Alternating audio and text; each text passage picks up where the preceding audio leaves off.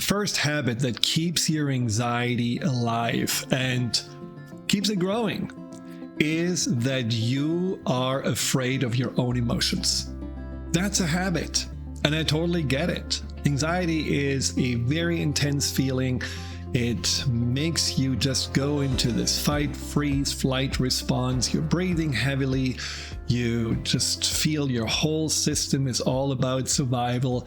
And that is something that, of course, we don't like to experience because we are somewhat creatures of comfort.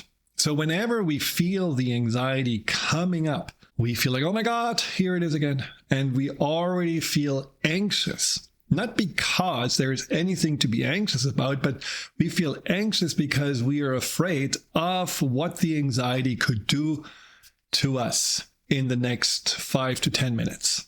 It's a little bit like if you would look at your, sensations of your body. You have, let's say you're hungry or you're thirsty or you have, a slight headache, and you would every time freak yourself out. Oh my God, what does this mean? And what if it's, cancer, or what if it gets worse? And you wouldn't really just relax and say, oh, I guess I'm hungry. Oh, I guess I looked a little bit too long on screens, or I need to drink something, or whatever it is that you feel you need to do to respond calmly to that signal of your body.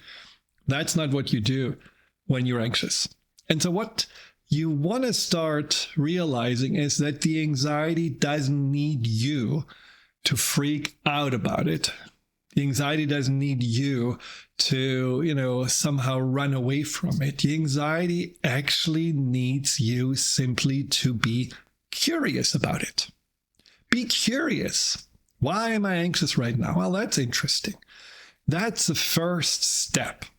And I'll explain to you in these other habits more what potentially could trigger your anxiety.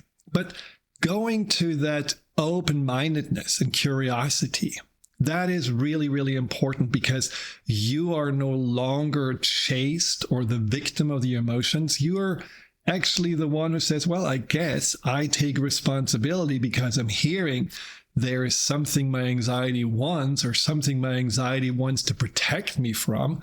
So I'm just gonna listen, pay attention to this. Just realize the anxiety is there, and it's your job to understand, why is it there? And then you can respond to the anxiety. You can try to see what makes me feel better. And I'm sure that you have heard from plenty of people that were trying to help you with anxiety what you can do.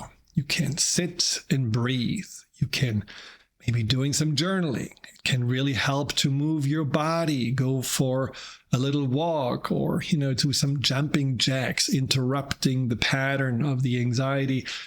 You can do some tapping, which I think works really great. You can drink some ice cold water to stimulate the parasympathetic nervous system. You can lay down on the floor, on the hard floor, with your shoulders really nicely pressed on the surface, and do some deep belly breathing, which again stimulates the vagus nerve, the parasympathetic nervous system nerve, or the main nerve.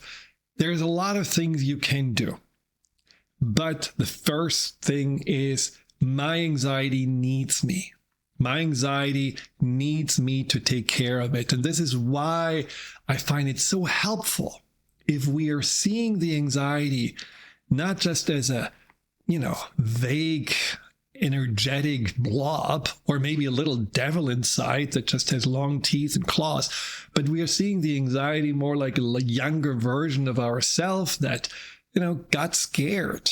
Because most of our anxiety stems from those early days. We learn to be anxious. Most of us learn to not feel safe, learn maybe conditional acceptance, learn to watch out, of rejection or shoes dropping. These are early patterns. And so there is a part inside of us that gets triggered, feels anxious, and maybe says, hey, am I okay? Is it okay? And then you can just calmly approach this aspect of yourself and say, yes, you're fine. Anxiety is not your enemy. Anxiety is not here to harm you. Anxiety has this very positive intention to protect you, but it can also just be overprotective. And it is certainly something that often is based on, a playbook of the past that sees you as helpless or, exposed or vulnerable. And the anxiety doesn't see that you grew up.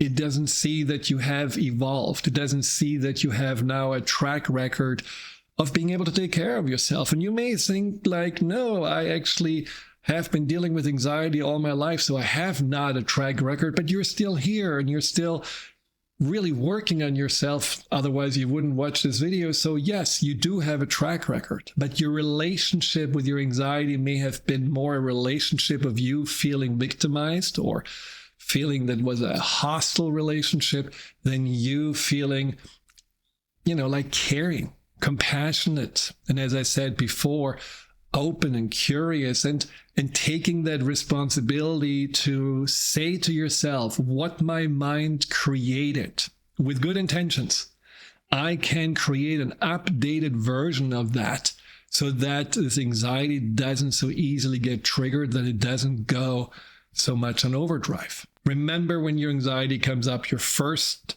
impulse that you want to change from this negative habit of being anxious about it, the first impulse needs to be, oh wow, here it is again. I wonder what my anxiety wants. It's like picking up the phone and say, what can I do for you? How are you doing? That would be already a big breakthrough. Hi, Dr. Friedemann here. Thank you for tuning into my YouTube channel. If you're interested in learning more about fear and anxiety, here you'll find guided meditations, webinars, and interviews with some of the most renowned experts in the field of empowerment. Delve into the over 230 videos and more to come every week.